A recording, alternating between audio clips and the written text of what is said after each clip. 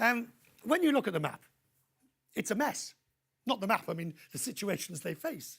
It is a mess. And if you think 1 year ago, people were thinking of Europe as being the leader of the world, the Western world. Macron defied the populists. Merkel was the leader that Donald Trump was unable to be.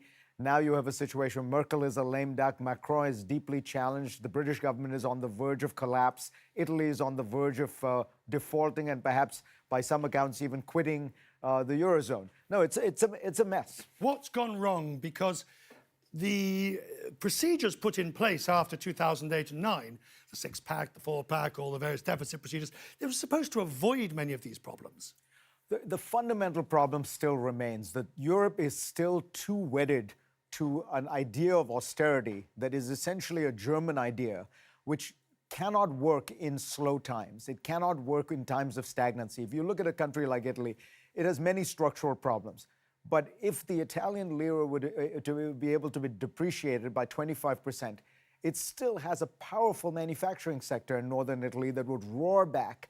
It can't do that. It doesn't have control over its own currency. Arguably, it shouldn't do that because that is a beggar thy neighbour policy. If they do that, they're only doing it at everybody else's expense. Precisely that. But this is why the whole construct of the Eurozone, and I don't say the European Union, where you have one monetary policy for the entire zone, but different fiscal policies, has always been difficult. But let's that gets us back into the old Eurozone debate. There's something else going on here, Richard. Yes. Which is, in almost every one of these countries, what you are witnessing is deep discontent amongst a rural, less educated population that feels that the two great forces propelling these economies forward, globalization and the technological revolution, do nothing for them.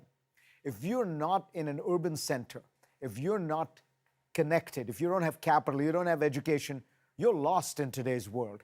And it's the same stuff happening in America. It's the same stuff happening in France. The Gilets jaunes protests come from that part of the country. In Belgium, the government just fell. Again, the protests come from that part of the country. In Italy, the discontent is the same. As you know, in Brexit, the vote against Brexit, the vote for Brexit is largely rural. So it's what do you do with these people? Right, That's but the then problem.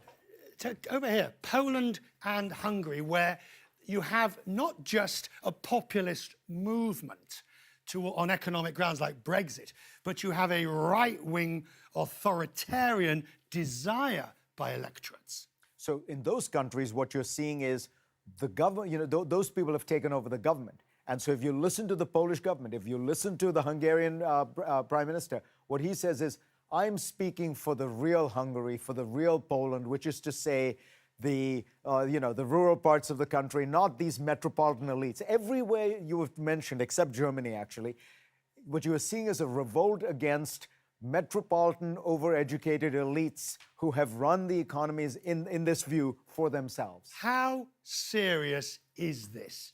The EU has always been, EC and the EEC before it, has always been a group of squabbling countries. But do you get the feeling this is a litmus test or a watershed? I think that it's serious, and here's why. The technical discussion of, monetary and fiscal policy, that the EU's had forever, and they always muddle through, frankly. What is different this time is you are uniting left-wing and right-wing populism in an attack on the very structures of government, on the institutions. Look at Italy. The left and right have joined together. Look at what is happening in France. If you look at the polls, the left-wing populists and the right-wing populists both support the Gilets jaunes movement. Do you agree with the Quest Means Business viewer? Always wise to go along with what the QMB viewer says. Look at this. Which EU country is in the most trouble? 64% say the UK, 18% say France, 16% Italy, only 3% say Germany, even with the leadership problem. Do you agree with that? Well, it's certainly true. The lowest is absolutely right. Germany is in the least trouble. Germany still has astonishingly low unemployment, they're running surpluses. Britain, I'd say number one, don't rule out Italy. Italy has not solved its basic problem. It has a very bad banking sector, and Italy is too big to fail.